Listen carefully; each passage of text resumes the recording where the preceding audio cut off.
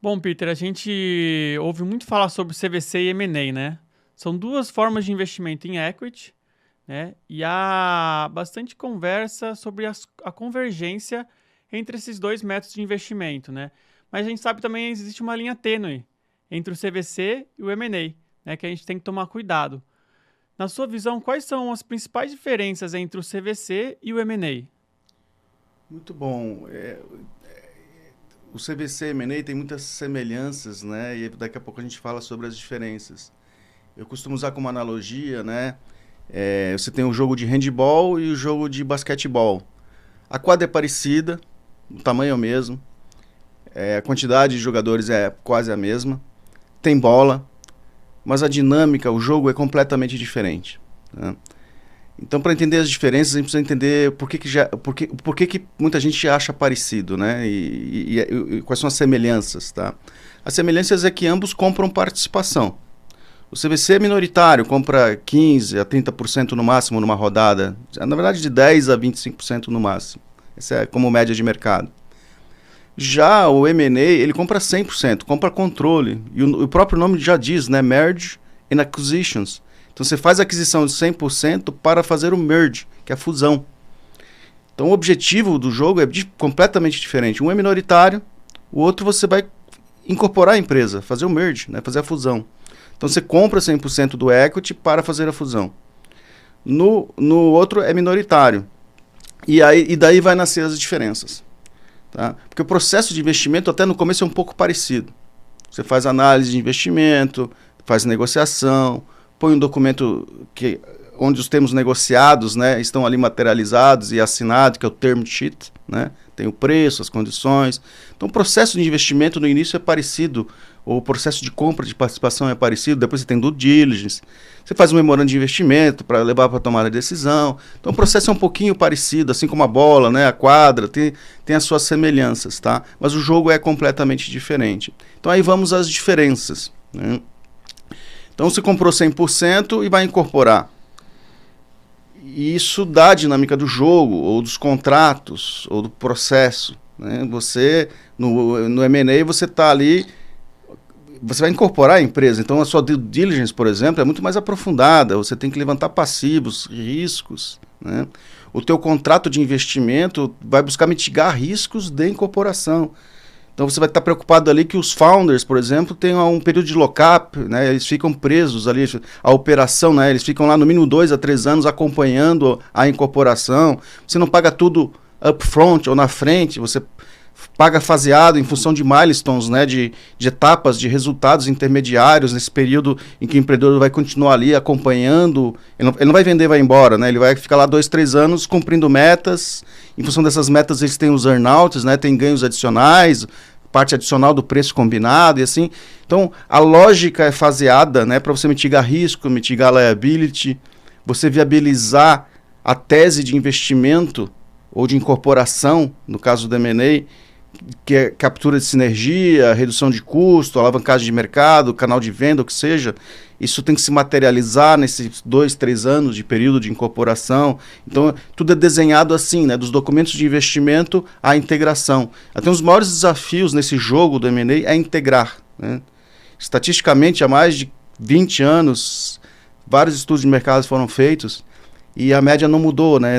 Estatisticamente, em torno de 50% ou mais das incorporações de M&A falham, porque o crítico é essa incorporação. Então, depois a gente pode falar de best practices, né, em M&A para ter o sucesso e melhorar essa taxa de sucesso, tá? Mas todo o processo é desenhado, então, para incorporar, tá? No CVC, o jogo é diferente. Você não vai incorporar, você não está preocupado com controle, tá? Aliás, estatisticamente, também há uma confusão, né? Você não compra participação em CVC para fazer M&A no futuro. Na verdade, estatística pode até fazer, mas isso não é regra, né? Estatisticamente, menos de 20% dos investimentos de portfólio de CVC são depois do quinto, sétimo ano, vão para M&A para fazer um processo de aquisição, tá? Então, comprar uma startup investida pelo fundo, pelo veículo de CVC, é exceção, não é regra, né? Então, o jogo é outro, de novo. Ali você investe uma participação minoritária porque você tem ali uma motivação estratégica relevante.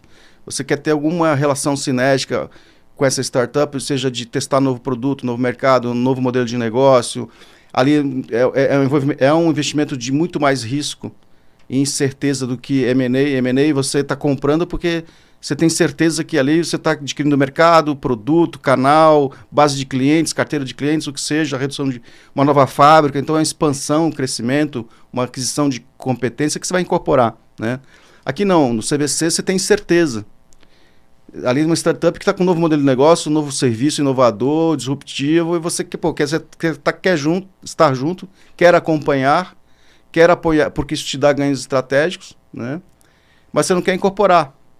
Você nem sabe se vai querer incorporar no futuro, né?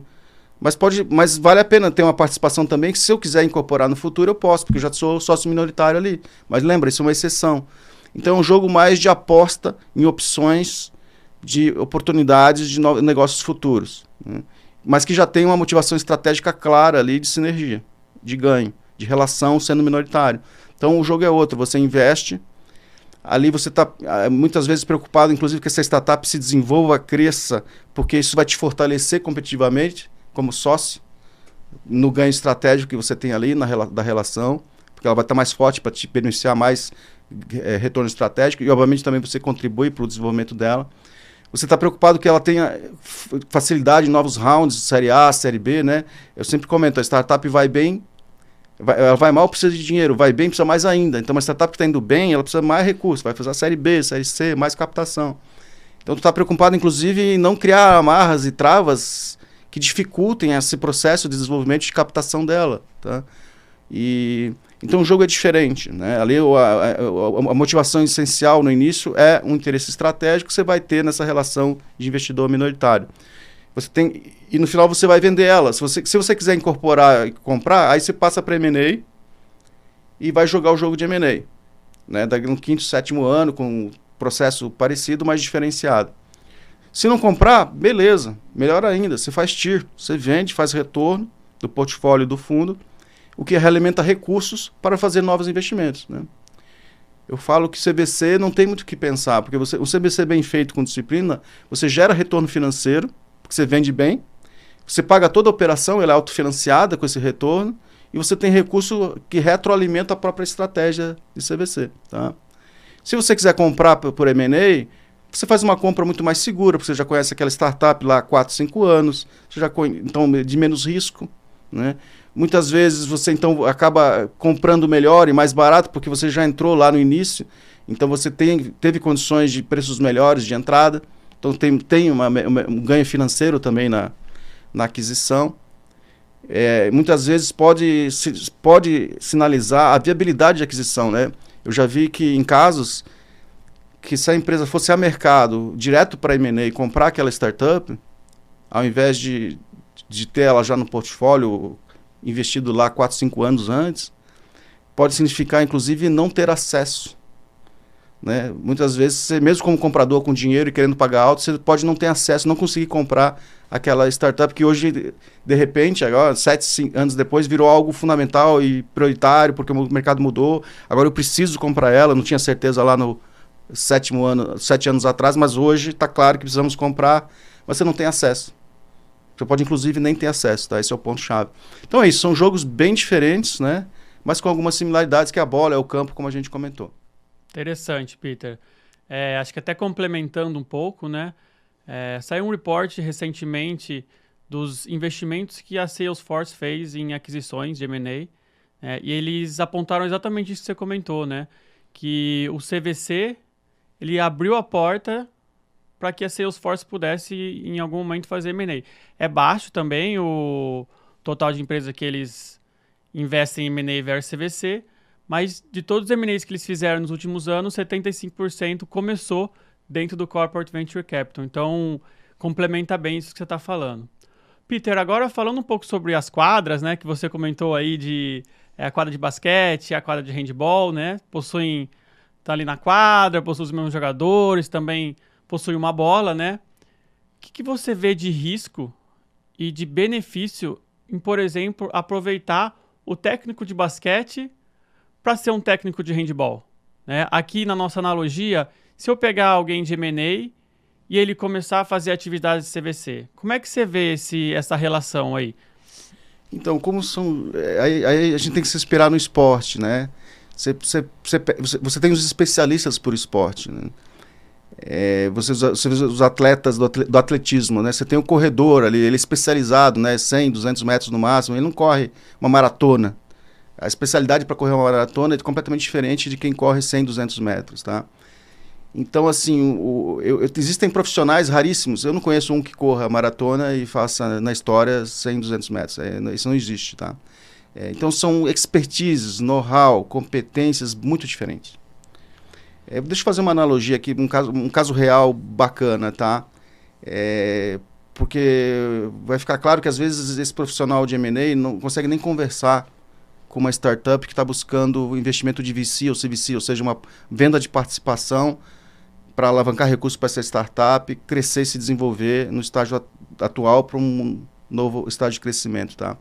A gente tem um evento que a gente faz um pitch reverso, né? A Valitec apresenta aí, hoje nós temos mais de 10 fundos, né? E apresentamos isso para vários empreendedores, a gente convida eles para um evento onde cada líder de fundo faz o seu pitch ali, por isso que é o pitch reverso, né? É o líder do fundo buscando atrair empreendedores em busca de recurso. E um último evento que a gente fez no Learning Village do nosso cliente Anima, a gente tinha lá cerca de 100 empreendedores participando do nosso pitch reverso. E aí eu fiz uma pesquisa ali em tempo real. Eu perguntei quem aqui quer recurso de M&A, gostaria de conversar com M&A em vez de VC e CVC, né? E dos 100, só 3 levantaram a mão, né? E isso me marcou muito, porque é mais ou menos o que eu imaginava de base estatística ali, de no máximo 10% dos founders, né, que estão buscando investimento em participação, quererem acelerar uma conversa já com M&A, tá? Eu imaginava em torno de 10%, mas eu ainda continuo com essa estatística de menos de 10%, a gente pode falar com certeza, dos empreendedores que estão buscando venda de participação, menos de 10% quer conversar com M&A. Porque não é o objetivo deles, eles querem conversar com a M&A daqui a 7, 8 anos, 5 talvez, que é o exit, né? Agora eles querem recursos para crescer, se desenvolver, aumentar o valuation e sim, lá na frente fazer um exit, vender e conversar com a M&A, tá? Então esse é o ponto-chave. Eu já acompanhei vários profissionais que se eu pegar um profissional de M&A nessa mesma audiência, então vem aqui falar com o pessoal, vem conversar com eles, vem aqui explicar a importância de fazer M&A, por que você pode adquirir eles, por que você é competitivo num eventual processo de compra e aquisição. Se eu trouxer ali no palco e ele falar, a audiência vai embora. Vai ficar 3, 5, talvez 2 de curioso e os 3 que queriam falar com M&A, tá? Porque eles não têm, assim, um profissional de M&A, normalmente ele não tem rapport, não tem relação, não sabe se comunicar, não sabe nem interagir, porque o jogo é outro, né? O objetivo é outro. Ele está falando com a audiência errada, né? E às vezes ele não tem essa percepção até de comunicação com a audiência, que a audiência não quer aquela abordagem. Então, assim, é raro o profissional de M&A puro que saiba jogar nas duas posições, tá?